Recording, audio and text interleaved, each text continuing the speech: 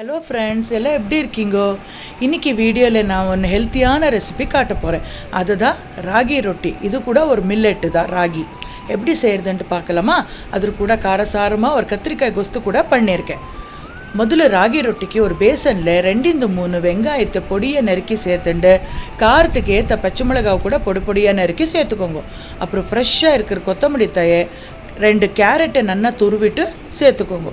அரை கைப்பிடி அளவுக்கு துருவின தேங்காய், அப்புறமா அதுக்கு எந்த பிராண்டு வேணுமோ அந்த பிராண்டு ராகி மாவை உங்களுக்கு எவ்வளோ தேவைப்படுறதோ அவ்வளோ சேர்த்துக்கோங்க.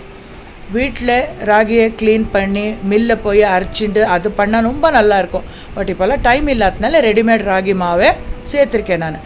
அது கூட அரை டீஸ்பூனு சீரகம், அரை டீஸ்பூனு கருப்பு எள்ளு, ஒரு அரை டீஸ்பூன் பெருங்காயத்தூள் எல்லாம் சேர்த்துட்டு மாவோட நல்லா ஃபஸ்ட்டு மிக்ஸ் பண்ணிக்கோங்க. அப்புறம் தேவைப்படுற தண்ணியை தொளிச்சுட்டு நல்லா சாஃப்டாக அரை வரைக்கும் மாவை பிசிஞ்சு எடுத்துக்கணும்.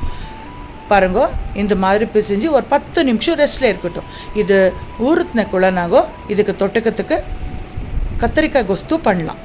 ஒரு கடாயை வச்சுட்டு 2-3 டீஸ்பூன் ஆயில் விட்டுட்டு தாளிப்புக்கு கடுகு, கடலைப்பருப்பு, உளுத்தும் பருப்பு, ஒரு அரை டீஸ்பூன் மஞ்சப்பொடி சேர்த்துண்டு கடுகு வெடிஞ்ச உடனே காரத்துக்கு ஏற்ற பச்சை மிளகாய் சேர்த்துக்கலாம்.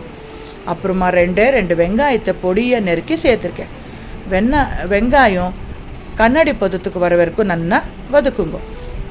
அப்புறமா பொடியாக நெருக்கின நீளவாக்க கத்திரிக்காய் க்ரீன் கலர் இருக்கும் பாருங்க, அந்த கத்திரிக்காயை சேர்த்துட்டு நல்லா வதக்கணும். கொஞ்சம் சாஃப்ட் ஆன பிறகு தக்காளியை சேர்த்துருக்கேன். தக்காளி ஒரு 1-2 சேர்த்துட்டா போதும். ஃப்ரெஷ்ஷாக இருக்கிற மல்லித்தழையை சேர்த்துண்டு வதங்கணும். ஒரு 5 மினிட்ஸ் ஆனாலும் நல்லா வதங்கின அப்புறம் தேவைப்படுற உப்பு சேர்த்துண்டு இப்போ சாத்துமது மிளகா பொடியை சேர்த்துருக்கேன். 2 டீஸ்பூன் சேர்த்துட்டா சூப்பராக வரும் டேஸ்ட்டு. நீங்கள் இப்படியே செஞ்சு பாருங்கோ, எவ்வளோ நல்லாயிருக்கும் தெரியுமா? இது ரொட்டிக்கு ஒன்றே இல்லை, சுடு சாதத்துக்கு கூட ரொம்ப நல்லா இருக்கும்.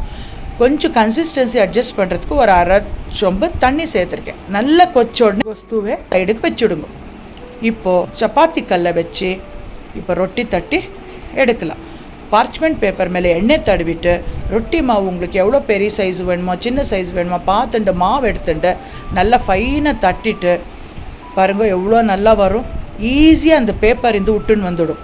நீங்கள் வாழையில் இருந்தால் ரொம்ப நல்லா வரும் டேஸ்ட்டு. பட் எவ்ரிடே வாழையில் இருக்காது இல்லையா, அதனால பார்ச்மெண்ட் பேப்பர்லேயோ பாலித்தீன் ஷீட் மேலேயோ தட்டிட்டு சுட ரொட்டி செஞ்சு பசங்களுக்கு வீட்டு வாழ்க்கை எல்லாருக்கும் கொடுங்க.